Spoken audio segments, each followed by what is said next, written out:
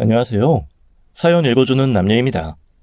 오늘도 와주셔서 감사드리며 오늘의 여성 사연자분 사연은 제가 소개해드리도록 하겠습니다.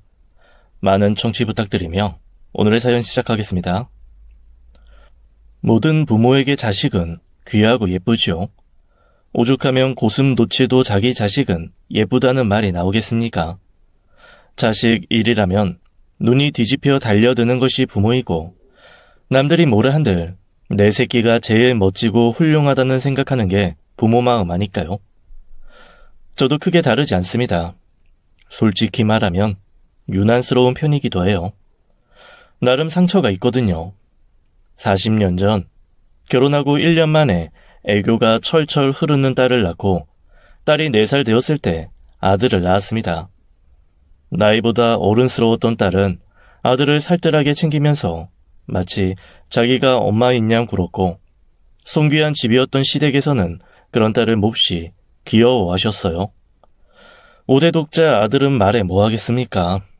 젖될 때까지 바닥에 닿은 적이 없을 정도로 제 손, 고모손, 어머님 손, 일하시는 참모님 손 등 손이란 손은 다 거쳐 자랐죠. 오죽하면 아들 3살 때인가 놀이터 나가서 모래놀이 하는 걸 보고 저희 시어머니가 눈물을 펑펑 흘리셨다니까요. 어머, 어머님, 왜 우세요? 무슨 일 있으세요? 아이고, 애미야. 우리 손주 발바닥에 모래 콕콕 찍히면 어떡하니? 저 보들보들 발바닥이 아프면 어쩌니? 저거, 모래에 나쁜 거 있으면 어떡하니? 아이고, 어머님, 괜찮아요. 애들 다 저러고 자라야 건강하대요. 어머님, 아범 클 때도 이렇게 귀하게 싸서 키우셨어요? 무슨, 시어머니가 유난 떤다고 욕하면서 더 밖으로 내돌려 키웠지. 그런데 내가 지금 그러고 있는 걸 보니 참나 원. 나도 어이가 없다만 그래도 우리 손주 넘어질까 다칠까 아주 심장이 쪼그라드는구나. 그렇게 귀한 대접받는 아들이었습니다. 상대적으로 딸이 조금 관심을 받지 못하는 것도 사실이었지만 차별이 크지는 않았고요. 하지만 딸 입에서 서운하다 어쩌다 말이 나오는 것을 들을 기회조차 제게는 주어지지 않았습니다. 아들이 5살 때의 일입니다. 만 학교를 다니면서 한참 조잘조잘 책을 읽고 그 내용을 저한테 말해주는 게 세상에서 가장 즐거운 일이라고 했던 딸이 그만 사고로 세상을 떠났어요. 아들이 공을 쫓아 골목으로 뛰어나갔는데 그런 아들을 잡아서 밀어놓고 자기가 공을 잡다가 교통사고가 났습니다. 온 집안이 발칵 뒤집혔죠. 그리고 그때 저는 제 마음속에 숨어있던 진심을 마주하게 되었습니다. 두 아이가 똑같이 소중하고 제 살점을 뜯어내는 것처럼 아픈 아이들이지만 그래도 아들이 살아줘서 고맙다는 마음이 정말 스치듯 올라오더라고요. 아무에게도 말 못하고 제 스스로도 너무 어이없을 정도로 기막힌 마음이라 바로 누르고 지우기는 했지만 더 서럽게도 다른 가족들도 그렇게 생각하는 듯 했습니다. 우리 장손이 자기 누나한테 아주 큰 은혜를 입었구나. 동생 사랑하던 녀석이니 앞으로도 지 동생 잘 지켜봐 줄 거야. 장래 크게 잘 치르자꾸나. 그렇게 이쁜 짓을 많이 하더니 아이고, 생떼 같은 내 새끼가 끝까지 지 동생 살리고 가는구나. 아이고. 시 부모님뿐만이 아니었습니다. 소온 귀한 집인 것을 아는 문상객들 역시 반응은 비슷했죠. 어쩐지 다행이다 라는 마음이 깔린 자식의 장례식장에 앉아있는 어미의 마음이 어떻겠습니까? 스스로에 대한 미움과 원망이 하늘을 찌르는데 대놓고 티 낼 수도 없고 그저 가슴만 칠 뿐이죠. 그 복잡한 마음을 안고 앉아있는 제게 오랜 친구 하나가 다가오더라고요. 사실 그닥 반갑지 않았습니다. 저랑은 중학교 때부터 친했던 친구인데 신기가 있는 것도 아닌 것 같고 머리가 특출나게 좋은 것도 아닌데 이상하게 본질을 꿰뚫어보는 그런 친구였거든요. 그래서 학교 다닐 때는 왕따 아닌 왕따도 많이 당했던 친구예요. 하여간 남의 마음 콕콕 찌르는 말을 거룩망 없이 툭툭 하는 아이였으니까요. 어쩐지 그 아이라면 제 마음을 읽고 그렇게 툭 마음 휘젓는 얘기를 던질 것만 같아서 내심 그 아이가 오지 않았으면 하고 바랬거든요. 하지만 항상 이렇게 바라는 바가 이루어지지는 않더라고요. 자식상을 당한 그 침울한 빈소에 오는 사람들은 차마 상주에게 다가오지도 못합니다. 그 슬픔을 가늠하지 못하니 위로할 말을 찾지도 못하는 거죠. 오히려 그게 저는 편했는데 그 친구는 그 선도 없더라고요. 불쑥 다가오더니 제 손을 꼭 잡고 저를 빈소 옆 식사 자리로 끌고 갔습니다. 너 아무것도 안 먹었지?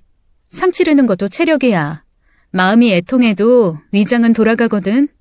자식 앞세운 부모는 죄인이라고 먹지도 않는 거 아는데 그래도 먹어야 끝까지 버틴다. 이미 그 말에 제 마음이 훅 상해버렸어요. 아니 자식 잃은 것도 서러워 죽겠는데 왜 죄인 프레임까지 씌우나 싶은 거죠. 그래도 워낙 말이 그런 친구이니 대거리 하느니 무시하자 싶어 앞에 놓인 육개장 국물 한 숟가락을 떠서 입에 밀어 넣었습니다. 그런데 그 순간 저는 친구 입에서 나온 말을 듣고 우뚝 숟가락질을 멈추고 말았습니다. 눈앞이 하얘지면서 손발이 벌벌 떨리더라고요. 얘, 죽은 애가 너무 슬프고 억울하겠어. 아들 대신 간 거 너무 다행이라고 생각하지 말아라. 얼굴에 다들 너무 티가 나서 내가 다 서럽다, 야. 그나마 넌 엄마라고 애통한 게 보이는데 다른 사람들은 어쩜 저렇게 다 네 아들 옆에 딱 붙어서 어화둥둥을 하고 있니 그래? 그리고 애가 어려서 모른다고 생각하지 말고 제 정신과 치료도 좀 시키고 그래. 트라우마 되면 나중에 애가 완전 삐뚤어진다고 하더라. 딸 잃고 그것 때문에 아들도 삐뚤게 크면 네 인생이 너무 서럽잖아. 그 말을 듣는데 정말 말 한마디 한마디가 가시처럼 박혀 가슴을 휘저었습니다. 더 억장이 무너진 건 그 친구의 말에 악의가 없었다는 거였습니다. 차라리 제 속을 뒤집어 놓으려는 악이라도 있었으면 바로 머리끄댕이 잡고 휘둘렀을 텐데 뭐랄까 마음 깊은 곳에 있는 속창을 거꾸로 뒤집어 까서 탈탈 털어낸 것 같다고나 할까요? 딱 숟가락을 내려놓고 가만히 그 친구를 노려보았습니다. 뭔가 말을 더 하려는 친구에게 싸늘하게 말했죠. 너 가라.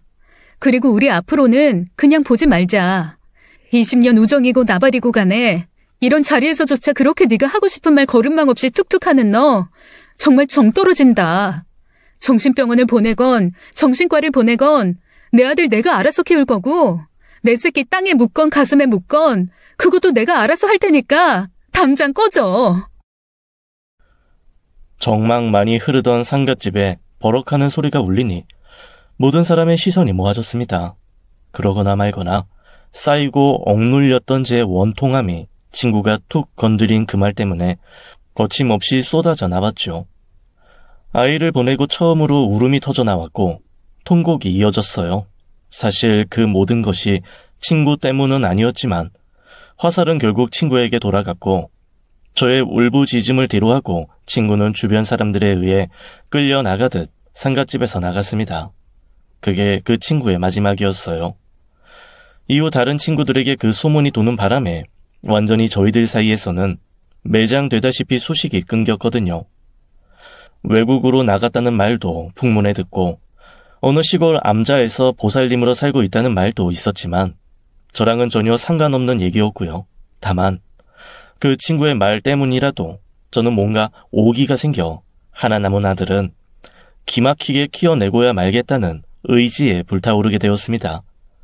치맛바람이라고 주변에서 혀를 끌끌 차더라도 할 수 없었어요.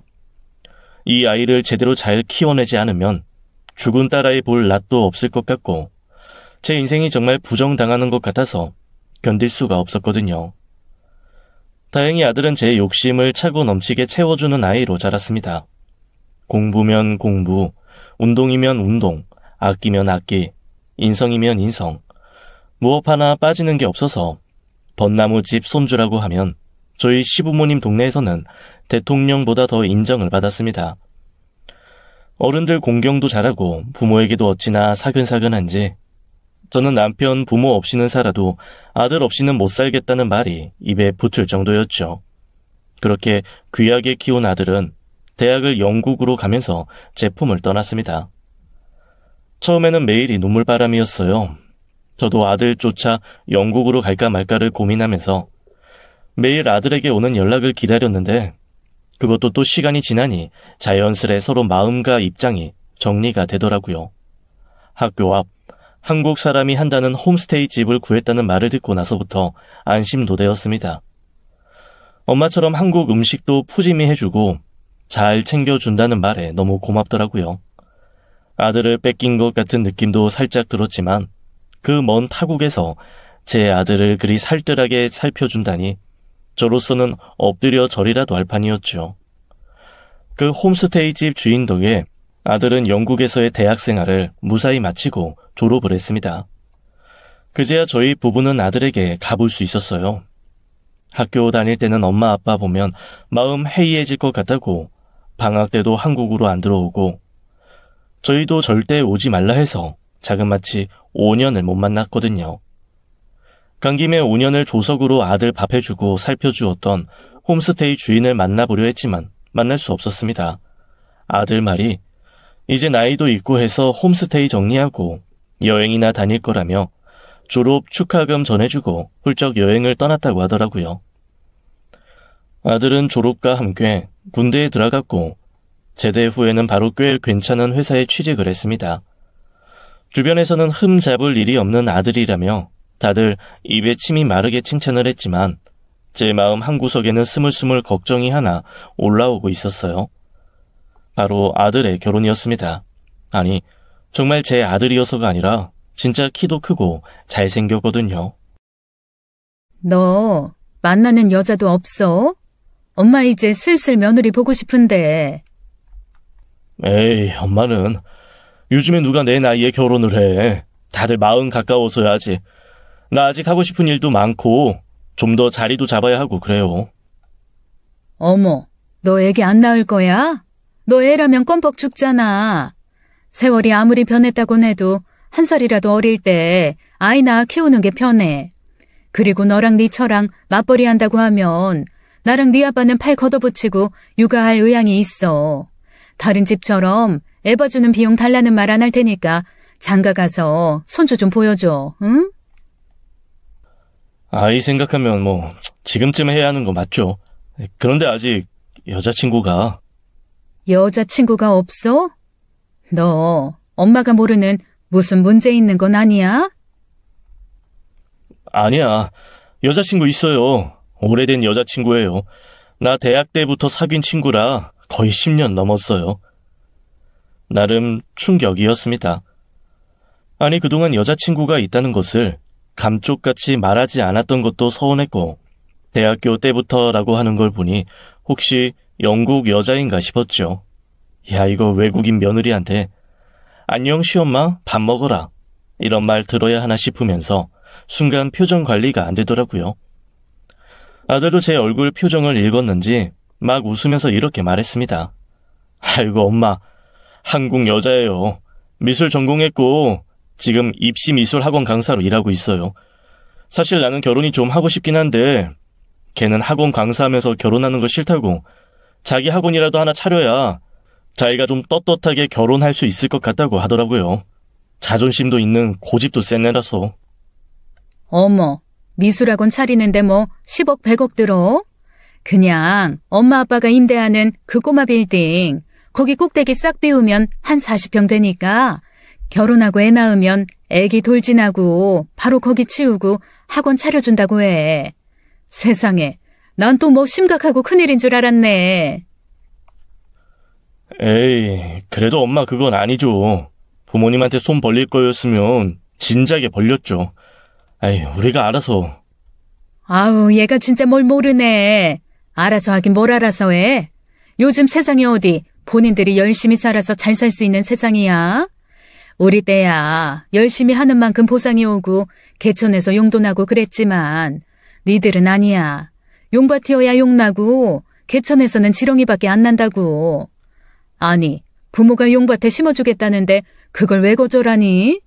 너 그것도 이상한 자존심이야. 우리가 무리해서 노년 말아먹으면서 너희 뒤에다 노후자금 쑤셔넣겠다고 하는 것도 아니고 학원만 차려주면 6개월 뒤부터 시세에 맞게 월세 내. 그러면 되지? 느낌이 왔습니다. 제가 좀 강하게 밀어붙이지 않으면 양반스러운 제 아들이 결혼까지 움직이는 시간이 꽤 오래 걸릴 것이라는 게 말이죠. 제 예상은 적중했어요. 아들이 어떻게 잘 설득을 했는지 얼마 지나지 않아 며느리감을 데리고 왔고 일사천리로 결혼을 진행했거든요. 며느리는 정말 예쁘고 멋있는 아이였습니다. 뭐랄까, 내 며느리라서가 아니라 키도 헐친하고 몸매도 모델 같은 데다 이목 구비가 크고 시원시원해서 결혼식에 참석한 사람들이 모델 아니냐고, 연예인 아니냐고 그럴 정도였어요. 아주 데리고 다니면서 옷 사주고 가방 사줄 맛이 난다고나 할까요? 성격도 사근사근하면서도 딱 선 지키는 게 있어서 아주 편했고요. 선남선녀 그 자체인 아들 부부에게 제가 바라는 건 딱 하나, 손주였습니다. 하지만 곧 생길 것이라는 기대감도 잠시 아들 부부는 7년이 지나도록 임신 소식을 전해주지 않았습니다. 처음 1, 2년은 그래도 한 번씩 아이 소식을 툭 물어보곤 했는데 시간이 지나니 그것도 못 물어보겠더라고요. 아무리 살갑고 다정해도 며느리는 며느리인지라 혹 제가 무심히 묻는 말에 상처 입을까봐 애꿎은 아들만 붙잡고 한 번씩 애둘러 묻곤 했습니다. 예, 너희 혹시 사이가 안 좋거나 그런 건 아니지? 엄마, 우리 진짜 사이 좋아요. 사람들이 아직도 신혼이냐고 놀릴 정도로 좋아. 그런데 참, 아이는 하늘에서 주는 거라고 하더니 그 말이 진짜인가 봐. 노력을 해도 안 생기네. 병원에도 갔었거든요. 둘 다 지극히 정상이래요. 의사가 이유를 모르겠다 하더라고. 네 처가 일을 너무 열심히 하는 거 아니야? 입시가 사실 스트레스가 이만저만이 아닐 텐데. 엄마. 아빠에게는 말 안 했는데 그 사람 1년 전부터 일 안 해요. 아이 갖겠다고 집에서 몸 챙기고 있거든요. 그런데도 안 생기니 본인도 스트레스 받는 것 같더라고요. 나도 좀 그래요. 어쨌거나 그 짜증을 내가 받아내야 하니 이제는 나도 참는 게 좀 한계가 있네요. 사실 제 아들이 싫다 좋다 그게 표현하는 타입이 아닙니다.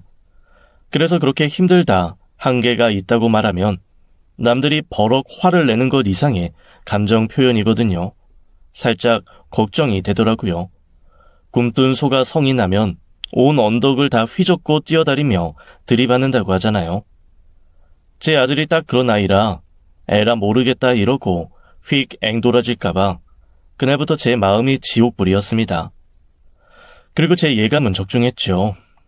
아마 아들이 며느리에게 더 늦기 전에 시험관이며 인공수술이며 해볼 수 있는 건 해보자고 한 모양입니다. 그런데 며느리가 아들에게 화를 버럭 냈대요.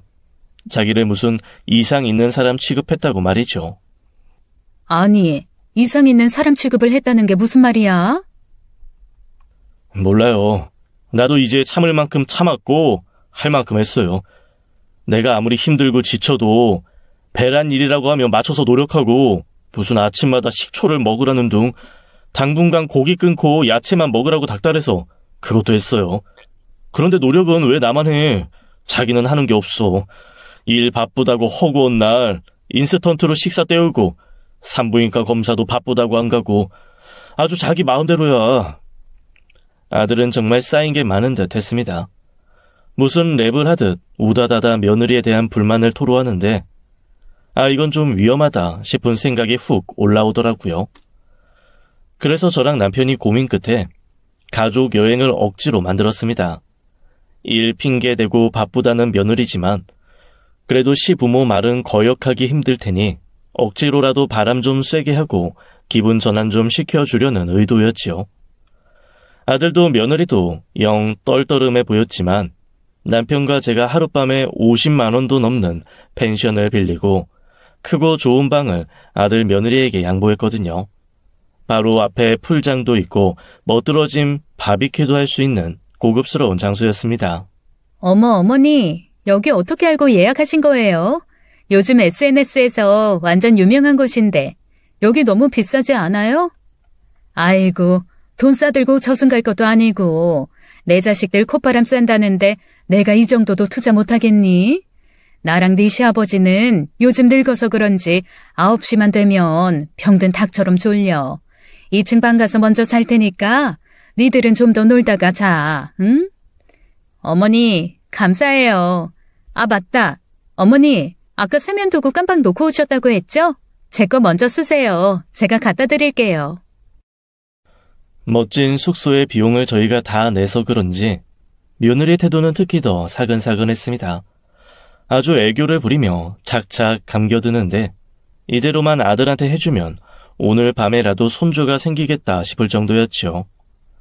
며느리는 자기 방에서 세면 용품을 꺼내와서 제게 전해주고 아들과 함께 산책을 가겠다고 나서더라고요. 아들을 슬그머니 불러 세웠습니다.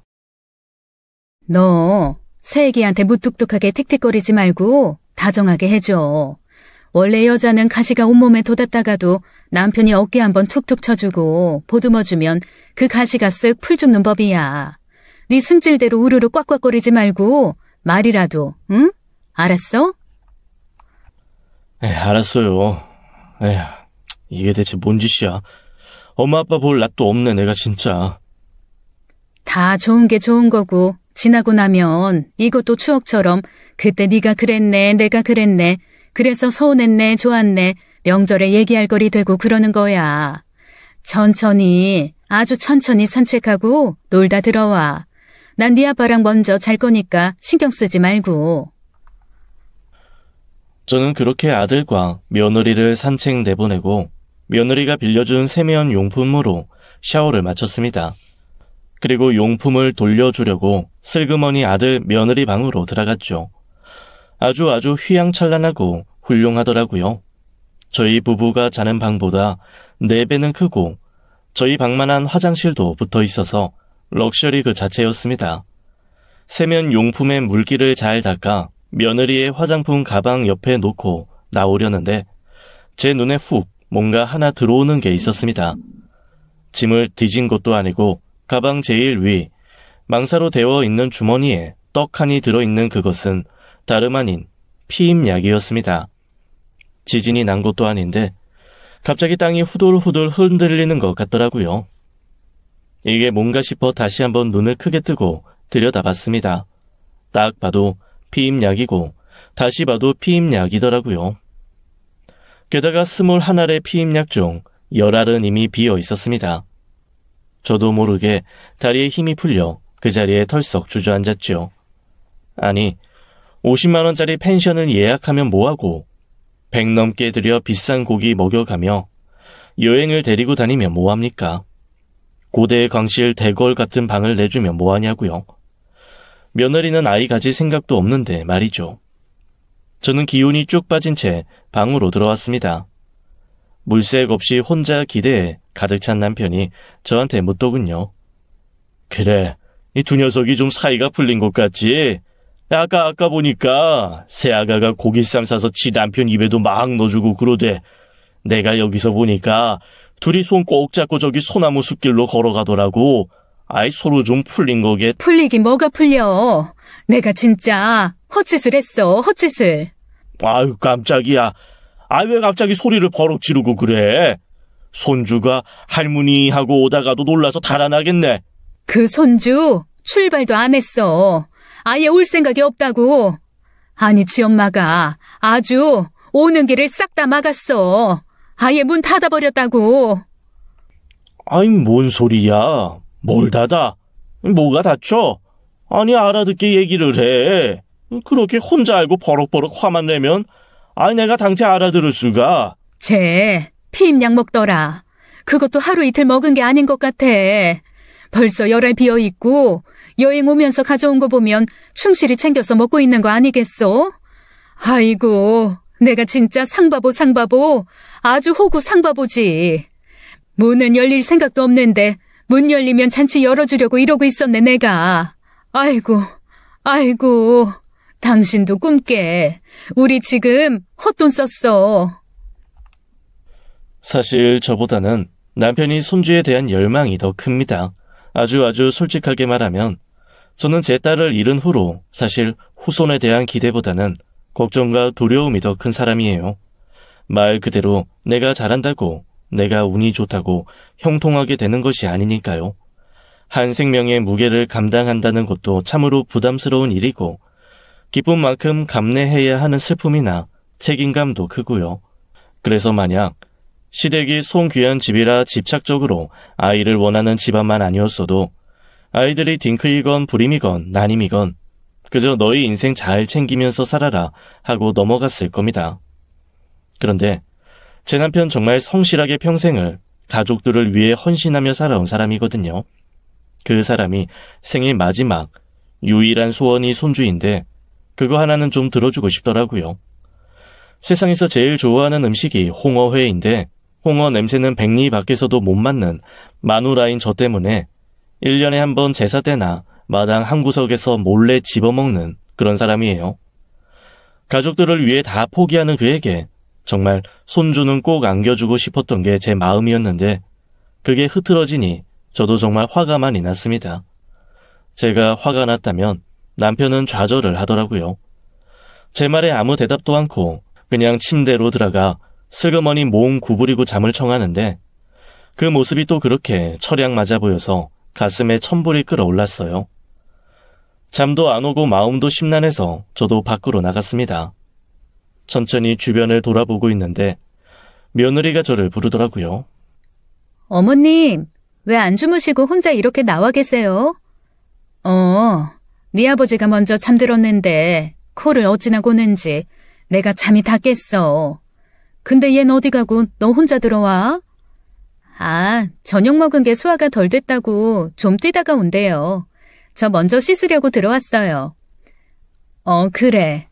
내가 세면용품은 방에 갖다 놨는데 저기 얘 내가 보려고 본 건 아니고. 네? 뭘요? 너 피임약 먹니? 어렵게 꺼낸 말이었습니다. 며느리가 몹시 당황하면서 말을 잇지 못하더라고요. 어머님이 그걸 어떻게? 제 가방 뒤지셨어요? 뒤지긴 누가 뒤지니? 내가 그렇게 예의 없는 사람이니? 세면도구 가져다 놓는데 가방 제일 위에 떡하니 들어있는데 눈 있으면 백리 밖에서도 보이겠구만. 아니, 너는 왜 그런 걸 먹으면서 식구들한텐 임신 노력하는 것처럼 그랬니? 네 남편은 뭐가 되고 지금 이러고 있는 나랑 네 시아버지는 뭐가 되니? 아니, 까놓고 말해서 우리가 임신하려고 들들 볶았니? 너 눈치 보느라 말도 못하고 전전긍긍하는 세월이 7년이야. 아예 그럴 거면 기대라도 갖지 않게 말을 해야지. 피임약이 뭐니 피임약이. 저도 모르게 점점 목소리가 높아지더라고요. 괘씸하기도 하고 서운하기도 하고 복잡한 심정이었습니다. 어쩐지 어이없어 눈물도 막 나오려던 찰나 싸늘한 목소리가 들려왔습니다. 아들이었어요. 너 피임약 먹어? 진짜야? 자기야. 아니, 계속 먹었던 게 아니라 이번 입시반 애들이 진짜 중요하거든. 여기서 상위 대학을 반 이상 가야 나도 부원장으로 승진할 수 있고 급여도 오르고 더 큰 학원으로 이직도 가능하고 그래서. 언제부터 먹었는데? 너 나한테 상위 대학 반 맡았다고 한 게 6개월 전이야. 그러면 지난 6개월 내내 먹었다는 거 아니야? 말 못해서 미안해. 너 지금 나한테 사기쳤고 우리 부모님 기만한 거고 네가 지금 무슨 짓을 했는지 알아? 너 짐 싸서 지금 올라가. 뭐? 지금 여기서 내가 어떻게 올라가? 그러면 여기서 지금 너랑 같이 한 방으로 들어가라고? 부모님은 좁은 방에 몰아놓고 너 이 여행 부모님이 무슨 마음으로 데리고 오신 건지 알고도 지금 그런 말이 나와? 그렇게 악착같이 번 돈으로 택시를 타고 올라가건 그렇게 귀한 학생 학부모 중 하나 불러내건 네가 알아서 하고 일단은 나가. 난 부모님 모시고 여행 마치고 갈 거니까. 예, 이 밤에 얘가 혼자 어디를 가니? 너도 그렇게 감정적으로 하지 말고. 엄마, 이 사람 지금 저랑 불과 10분 전에 산책하면서 오늘은 꼭 아기가 찾아와줬으면 좋겠다고, 그래야 부모님이랑 보람 있으실 것 같다고 했던 사람이에요. 아기 생기면 태명은 펜션 이름 따서 지어야겠다고 같이 웃었다고요. 저 진짜 못 참겠어요. 일단 오늘은 더 이상 같이 있고 싶지 않아요. 아들의 말을 들으니 저도 뭔가 며느리 편을 들 수가 없더라고요. 한숨 푹 쉬며 그냥 방으로 들어와 버렸습니다. 한 20분쯤 지났을까요? 아들이 저희 방으로 들어왔습니다. 갔어요. 자기도 잘못한 게 있으니 순순히 갔겠죠. 엄마, 아빠 기왕 돈 써서 여행 오신 거니까 넓은 방에서 주무세요. 뭐 마음이 편하지는 않겠지만 그래도 기분이라도 좀 나아지게. 이 기분에 이 골방에 틀어박혀 주무시면 더 언짢잖아요. 그날 밤 저는 처음 깨달았습니다. 고대 광실 구름 이불이 마구간 건초보다 더 거칠고 불편하게 느껴지는 경우가 존재한다는 것을 말이죠. 진짜 온몸에 담이 들 정도로 불편하기 그지없는 잠자리였고 그 다음날 먹은 모든 음식이 소태처럼 쓰고 맛이 없었습니다.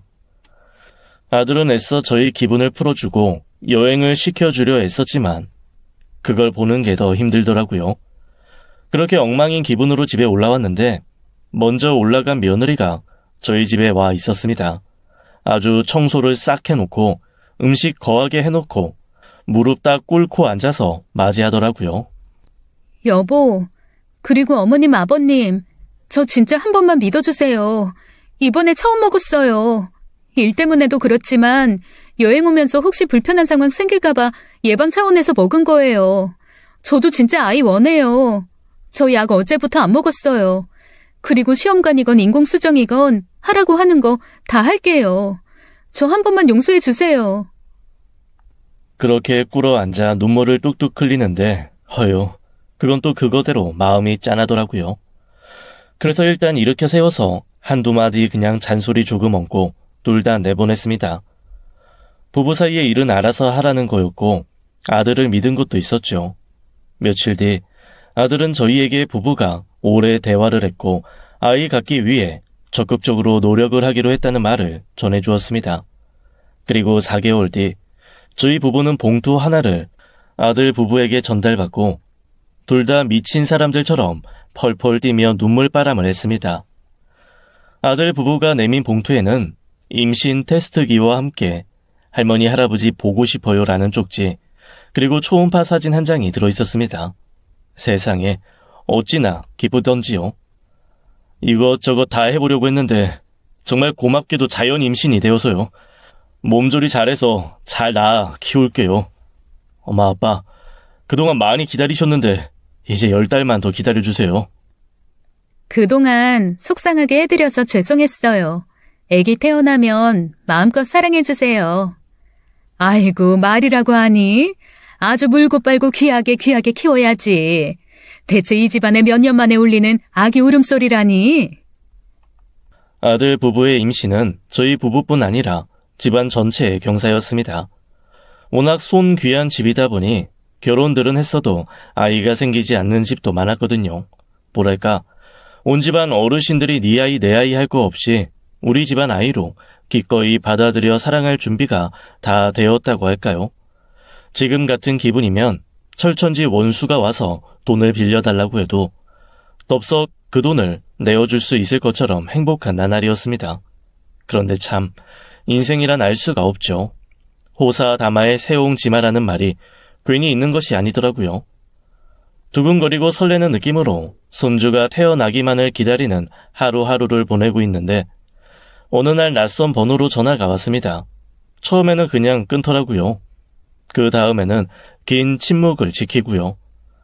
몇 번 그러다 보니 번호는 눈에 익게 되고 전화 건 상대에 대한 궁금증을 이기는 짜증이 솟기 시작했습니다. 그렇게 4번 정도 전화를 해서 아무 말도 않던 전화를 그 다음부터는 무시했죠. 그러니 문자가 오더라고요. 그 문자를 보고 저는 정말 깜짝 놀랐습니다. 10수년 전 제 딸의 장례식에서 이빠른 소리 했다가 다른 가족들 손에 끌려 나가다시피 잡혀나갔던 친구였습니다. 문자의 내용은 뜬금이 없다 못해 어이까지 없는 것이었습니다. 네 며느리 믿지 마. 뱃속에 있는 아이도 믿지 마. 다들 속고 있는 거야. 그 문자를 보자마자 제 입에서 나온 말은 한마디였습니다. 미친 거야? 아니 지금 10수년 만에 이게 무슨 봉창 뜯는 소리야. 하여간 얜 나한테 무슨 억하심정이 있나. 대체 왜 일이 있을 때마다 나타나서 사람 속을 뒤집어? 문자를 보고 저는 있는 대로 심정이 상해 성질을 확 내며 문자를 지워버렸습니다. 그리고 대꾸도 안 했죠. 그런데 진짜 너무너무 찜찜한 거예요. 아니 생각해보면 그렇잖아요. 잘 지냈니? 건강하니? 그동안 어떻게 지냈니? 내가 뒤늦었지만 정말 미안하다. 이런 얘기도 아니고 뜬금없이 네 며느리를 믿지 마라. 이게 뭡니까? 곰곰 곱씹어 볼수록 더 기분이 나쁘고 찜찜했습니다. 며느리 얘기가 나온 것을 보면 제 아들이 결혼을 했다는 것도 아는 거고 며느리가 누구인지도 안다는 말인데, 그렇다면 애가 저뿐 아니라 저희 식구들을 다 지켜보고 있었다는 거잖아요. 세상에, 너무 소름 돋는 일 아닌가요? 이건 스토킹에 준하는 범죄겠구나 싶은 마음에 아주 단단히 혼을 내줘야겠다는 생각이 들었습니다. 그래서 순전히 신고할 증거를 모으려고 제가 먼저 전화를 했습니다. 통화는 정말 10수년 만에 처음이었어요. 예, 내가 긴 말 안 한다. 너 제정신 아니지? 미친 거야? 아니 미치려면 곱게 미치던가. 멀쩡한 남의 집에 왜 자꾸 분란을 만들어? 그래, 네가 그렇게 나올 줄 알았어. 나도 그래서 엄청 고민하다 연락한 거야. 나라고 뭐 쉬웠을 줄 아니? 그리고 나도 예전에 내가 아니야. 그래, 시간 지나고 보니 내 소통 방식이 이상했다는 거 나도 인정해. 그래도 네가 날 그렇게 찍어 누를 줄은 나도 몰랐어. 그게 지금까지도 꽁해서 지금 뒤늦게 이러고 덤비는 거야? 진짜 기도 안 막히네. 아니야. 아니니까 내 말 좀 들어봐. 그때나 지금이나 나 세련되게 말 못하는 사람이야. 그래도 너한테 한 번도 거짓말하거나 일부러 너 생채기 내려고 한 적 맹세코 단 한 번도 없어. 네가 믿건 아니건 그건 확실하다고. 너랑 싸우자고 그런 말 보낸 것도 아니고 나도 진짜 고민하다 확실한 증거 있어서 진짜 간신히 용기 내서 말하는 거야. 뭐? 증거? 잠깐만. 너 그러면 지금까지 우리 가족 주변 맴돌면서 우리 감시했니? 아니, 네가 우리 며느리는 어찌 알고 아들을 어찌 알고 증거를 찾아? 예, 얘기가 길어. 그냥 우리 만나서 얘기하면 안 될까? 전화로 말고 만나서, 응? 친구의 마지막 목소리에는 살짝 물기가 어려 있었습니다. 그 목소리를 들으니 또 마음이 약해지더라고요. 그래서 남편에게는 일단 간단하게 공유를 해주고 마음 단단히 먹고 친구를 만나러 나갔습니다. 세월이 무색하게 그 친구는 전혀 변하지 않았더라고요. 얼굴도 몸매도 그대로였고 그저 머리만 하얗게 샌 모습이었습니다. 그리고 어쩐지 엄청 세련된 느낌이 감돌았어요. 저는 어색한 반, 반가움 약간, 어이없고 기막힘 적당량의 기묘한 감정을 안고 그 친구에게 다가갔습니다. 저를 보던 친구의 눈빛에 언뜻 눈물이 돌더라고요. 저도 그걸 보자 물색 없이 살짝 만감이 교차해 마음이 흔들렸지만 말려들지 말자는 생각을 하며 애써 굳은 얼굴을 유지하고 있었습니다. 오랜만이네. 넌 여전히 예쁘다. 그래, 너도 그렇네. 그런 얘기하면서 추억 나눌 자리는 아닌 것 같고 제대로 말해줘. 나 솔직히 말하면 뭔가 미심쩍으면 바로 경찰에 신고하려고 작정했으니까 이상한 말로 장난칠 생각 말고. 너 내 아들 며느리를 어떻게 알아? 커가면서 본 것도 아니고 우리가 교류가 있었던 것도 아니고. 나 네 아들 알아. 그것도 잘 알아. 5년을 조석으로 보고 지냈고 내가 밥해 먹였고 그 5년간 너한테 속지 않은 마음으로 아들처럼 챙겨줬어. 뭐? 얘가 지금 뭐라는 거야? 내 아들이랑 네가 뭐가 어쩌고? 그 순간 제 머릿속을 훅 치고 지나가는 생각이 있었습니다. 5년을 조석으로 보고 지내고 밥해 먹였다는 얘기에 처음에는 황당해서 화가 났는데 어라? 혹시 설마 하는 생각이 쭉 흐르더라고요. 바로 아들에게 영상통화를 걸었습니다. 회사에서 일하던 아들은 제가 갑자기 영상통화를 거니까 혹 무슨 일이 생긴 건가 싶어 몹시 놀라면서 받더라고요. 아들, 너 이 사람 알아? 제가 화면을 돌려 그 친구를 아들에게 보여준 순간 아들 입에서 놀라운 소리가 튀어나왔습니다. 오마이갓, 옥스마미, 아니 마미가 왜 우리 엄마랑 있어요? 마미 건강해요? 잘 지냈어요? 왜 그동안 연락도 안 받고 그렇게 지내셨어요? 저랑 헤이즐이랑 마미 엄청 보고 싶어 했어요. 헤이즐 기억하시죠? 제 여자친구. 이제는 아내예요. 마미, 한국에 언제까지 계실 거예요? 우리 만나요. 저는 제 아들이 이렇게 흥분을 잘 하는 아이인지 수다스러운 아이인지 처음 알았습니다. 친구는 먹적게 웃으며 사실은 네 엄마랑 오랜 친구라며 나중에 얘기하자고 전화를 끊더라고요. 이제 내 말 믿겠니? 사실 할 말이 없었습니다. 그리고 심란해지기 시작했어요. 아들이 이렇게 반색을 하며 반가워할 정도이면 진짜 아들을 잘 아는 거고 통화 내용을 들으니 며느리도 아는 것 같은데 그러면 이 아이가 한 말이 진짜잖아요. 헤이즐이 네 며느리 영어 이름이야. 좀 자유분방했고 네 아들이 오기 전부터 그 지역에서는 화려하게 노는 애로 유명했어. 그런데 네 아들 만나고 나선지 아니면 네 아들을 만나고 싶어 해서였는지 과거 지우듯 아주 싹 변신을 하길래 그냥 마음 잡았나 보다 했지. 난 그렇게 네 딸 장례식 이후에 한국에 더 이상 머물고 싶지 않아서 오빠 있던 영국으로 가서 자리 잡았거든. 어쩌다 홈스테이를 운영하면서 애들 걷어먹이기 시작했는데 네 아들은 딱 보고 한눈에 알겠더라. 부모님 사진 보여주면서 자기 소개하는 거 보고 확신했고. 그랬구나. 어쨌건 아들한테 잘해줬다는 얘기는 익히 들었었는데 뒤늦었지만 그건 고맙다. 아들이 덕분에 한국 그리워하는 거 없이 잘 지냈다고 하더라고. 잘 키웠더라고 네가. 여튼 네 아들이 다시 한국에 돌아가고 난 한 2, 3년 더 영국에 있었어. 그래도 고향이고 본향이라 그런지 나이 드니 그립더라고. 한국에 들어온 지는 한 3년 좀 넘었는데 시골에 땅 사서 마당 가꾸면서 호젓하게 살고 있거든. 근데 거기서 네 며느리를 봤어. 분명 네 아들이랑 결혼했단 얘긴 들었는데 그리고 최근까지 네 아들이 이메일로 아이 갖기 위해 노력 중이라는 얘기까지 다 했는데 다른 놈이랑 휘감고 데이트를 하더라. 세상에 어떻게 그런 일이. 영국에서부터 알던 놈이야. 네 아들 전에 사귀던 남자애.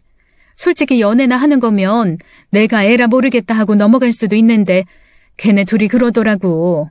어차피 그 집에서는 애를 미친 듯이 원하니 그냥 그 집애로 낳아서 키우면 양육비며 뭐며 신경 쓸 거 없이 귀족처럼 키울 수 있다고. 적당한 시기에 애 핑계대고 영국으로 유학가서 기러기 아빠 생활하게 하고 그때 같이 살자고. 내가 그 얘기까지 들었는데 어떻게 가만히 있니? 분명 소파에 앉아있는데 현기증이 나면서 구토가 올라왔습니다. 친구는 제게 사진도 몇 장 내밀고 그둘이 낄낄거리며 작당 모의를 하는 대화가 담긴 녹음 파일도 전해주었습니다. 제 친구가 꾸민 마당인 줄도 모르고 데이트하러 들어와 쑥덕거렸던 것을 친구가 CCTV를 통해 다 파악했던 거예요. 저는 바로 아들에게 전화를 해서 저와 친구가 만난 그 카페로 불러냈습니다. 제가 하도 닥달을 하니 아들도 반차를 내고 급하게 달려왔고 모든 사실을 알게 되었죠. 그때부터는 아주 일사천리였습니다. 우선 며느리를 집으로 불렀습니다. 그리고 친구도 불러서 친구에게는 작은 방에 좀 들어가 있으라고 했어요. 며느리는 아주 별로 나오지도 않은 배를 세상 귀하게 끌어안고 여왕님 행차하듯 집으로 들어오며 온갖 쓸데없는 얘기를 다 짓거리더라고요. 어머님, 우리 꼼꼼이가 아무래도 해외파로 잘할 건가 봐요. 제가 태교 음악으로 국악도 듣고 클래식도 듣고 그러는데 아주 클래식 들을 때마다 막 날뛰어요. 그리고 한식보다 양식이 훨씬 더 땡기고 그러네요. 그러니? 아빠가 해외에서 오래 살아서 그런가 보다. 에이, 5년이면 오래는 아니죠. 그래도 뭐 틀린 말씀은 아니네요. 아니, 진짜 아빠는 해외 오래 살았잖니. 한 14, 15년 살지 않았어? 지금도 거기서 일용직 전전하면서 살고 있는 거 아니었어? 네? 어머님, 그게 무슨 말씀이세요? 순간 며느리의 얼굴이 하얗게 질리며 가만히 저를 바라보더라고요. 그러다 안쪽 소파에 미동도 없이 앉아있는 제 아들을 보며 당황하기 시작했습니다. 여보, 어머님이 뭔가 오해가 있으신 것 같은데 당신도 지금 이상한 생각하고 있는 거야? 여보. 하지만 아들은 돌아보지도 않았고 며느리는 그제야 뭔가 이상하다 싶었는지 두리번거리며 눈치를 살피기 시작했습니다. 그리고 그때 작은 방 문을 열고 친구가 걸어 나왔습니다. 그래서 내가 뭐라 그랬니, 헤이즐? 넌 생각하고 있는 걸 다 말로 하는 게 문제야. 그것도 왜 남의 집 마당에서 주절주절 떠들기는. 마미? 아니, 마미가 왜 여기에? 내 친구야. 제일 친한 친구. 네가 뱃속 아이가 이 집 자손이 아니라고 떠들어대고 돈 받아서 영국으로 튈 계획을 구구절절 세웠던 거기가 내 집 앞마당이고. 있잖아. 사람들이 자기 사유재산 지역에는 CCTV라는 걸 설치한단다. 나는 또 너도 알다시피 의심병 말기라서 마이크 기능까지 아주 기막힌 그런 거 나무 사이에 곳곳에 숨겨서 다 달아놓았고. 그러니까 그거 아니라느니, 그 말이 아니라느니 하는 거 말고 다른 얘기 해봐. 왜 입 다물고 있어? 자, 어서 변명이라도 해봐. 며느리는 궁지에 몰린 듯 두리번거리며 사방에 도움의 눈빛을 보내더라고요. 하지만 아까부터 소파에 장승처럼 기대있던 남편과 아들은 꼼짝도 하지 않았습니다. 저기, 잘못했어요. 사실은 아이가 너무 갖고 싶은데 저희 둘이 잘 안 생기니까. 조용 좀 해. 넌 지금 이 와중에도 그딴 거짓말이 나오냐? 긴 말 필요 없고 그냥 이혼해. 아들의 입에서 이혼 얘기가 나오는 순간 저는 진짜 깜짝 놀랐습니다. 며느리 눈이 획 돌더라고요. 그러면서 아들한테 들이대며 삿대질을 해대는데 와, 저는 며느리한테 귀신 들린 줄 알았습니다. 그래, 해. 꿀랑 그 학원 40평짜리 하나 차려주는 것도 애 핑계로 차일피일 미루던 쪼잔한 집안. 나도 싫어. 내가 먼저 싫어. 대신 위자료는 내가 확실히 받아낼 거야. 나 이 집에 시집와서 기여한 목 그거 다 받아낼 거니까. 그렇게 버럭 소리 지르고 나가버리는데 어이가 없어서 아무 말도 안 나오더라고요. 아들은 저와 남편에게 죄송하다고 하고 제 친구에게 고맙다는 말을 남긴 채 나갔습니다. 전쟁 같은 하루였죠. 그로부터 4달 뒤 아들은 결국 이혼을 했습니다. 이 꼼꼼한 녀석이 그동안 살림살이 지출했던 내역과 영수증도 다 모아놓고 며느리한테 들어간 돈도 다 적어두고 기록해두고 하다못해 저희 몰래 며느리 돕는다고 대출 받았던 것까지 다 체크를 해두었더라고요. 게다가 빼도 박도 못하는 유책 사유가 며느리한테 있다 보니 오히려 아들이 며느리 위에 대출받은 금액의 일부를 며느리가 토해내야 하는 상황이 되었고요. 결과적으로는 재산 분할은 오히려 마이너스, 제 아들에게 위자료 2천만 원을 물어내야 하는 상황으로 정리가 되었습니다. 게다가 알고 보니 며느리의 상간남은 영국에 마누라가 있었더라고요. 그것도 돈 좀 있는 나이 든 여자였어요. 며느리가 돈 한 푼 못 받고 쫓겨나는 상황이 되니 바로 손절하고 그 남자는 영국으로 도망을 가버렸습니다. 풍문에 들리는 얘기로는 남자는 영국 시민권자라서 기껏해야 나중에 DNA 감별을 통한 양육비 소송 정도나 할 수 있을 거라 하더라고요. 어쩌겠어요. 뱃속에서 이미 클 대로 커버린 아이는 세상에 태어났고 아마 혼자서 눈물바람하며 키우는 모양입니다. 그 아이 친정도 변변치 않아서 아마 도움을 주거나 할 수는 없을 거예요. 결혼하면서 제가 혼수 해오라고 3천만 원이 든 통장을 슬그머니 쥐어줬어야 했을 정도니까요. 여튼 제 아들은 상처를 많이 입기는 했지만 이혼을 마무리하고 마음을 추스르며 잘 살고 있습니다. 솔직히 제 마음 같아서는 상처는 새로운 만남으로 치료한다고 좋은 사람 만나서 외롭지 않게 살았으면 좋겠는데 그 말을 하는 것도 몹시 조심스럽더라고요. 아들도 일단 여자라면 지긋지긋해 하는 것 같고요. 친구와는 화해를 했습니다. 여전히 젊은 시절처럼 말을 거르지 않고 하는 게 남아있기는 하지만 저도 이제는 그걸 걸러 들을 수 있는 귀가 생긴 나이고 친구 역시 나름의 필터가 생기긴 했더라고요. 하긴 지금 이 나이에 싸우고 싫어해봐야 무슨 소용이겠어요. 앞으로 살 날이 얼마나 남았다고 말이죠. 중간에 어떤 사건이 있었던지 간에 그래도 어린 시절의 추억을 나누던 사이라는 것은 참 금방 또 마음이 풀어지고 친해지더라고요. 오해 풀고 고마움이 생기면서 저와 그 친구는 요즘 하루가 멀다 하고 만나 맛집 찾아다니며 쇼핑하러 다니는 게 낙이 되었습니다. 친구가 머물던 시골집은 리뉴얼해서 카페를 하겠다는 젊은 부부에게 넘기고 조만간 저희 집 근처로 이사도 올 계획입니다. 이제는 뭐 가족처럼 지내야죠. 아들도 친엄마와 영국 마미가 가까이 산다는 사실에 몹시 놀라워하면서도 좋아하더라고요. 내가 안 그래도 두 분한테 다 효도해야 하는데 라고 늘 생각했거든요. 아유, 가까이 살게 되신다니 너무 좋네요. 일타쌍피 아주 한 번에 해결할 수 있어서. 야, 나랑 네 엄마가 화투냐? 일타쌍피로 찍게. 우리 생일도 각자 챙겨주고 기념일도 각자 챙겨줘. 어버이날 이럴 땐 케이크 하나로 퉁치면 너 알지? 등짝 스매싱이다. 어우, 너 조심해라, 야. 얘 학교 다닐 때 배구부였어. 스매싱 맞는 순간 갈비뼈까지 울린다. 그런 농담을 하며 깔깔 웃는 이 순간이 참 감사하고 행복했습니다. 그리고 그 오랜 세월 쌓였던 저에 대한 원망을 놓고 저희 집이 나락의 구렁텅이로 빠질 뻔한 것을 구해준 친구에게 진심으로 감사합니다. 지금까지 사연 읽어주는 남녀였습니다. 끝까지 함께 해주신 여러분 감사드리며 저희는 다음 사연으로 돌아올게요. 감사합니다.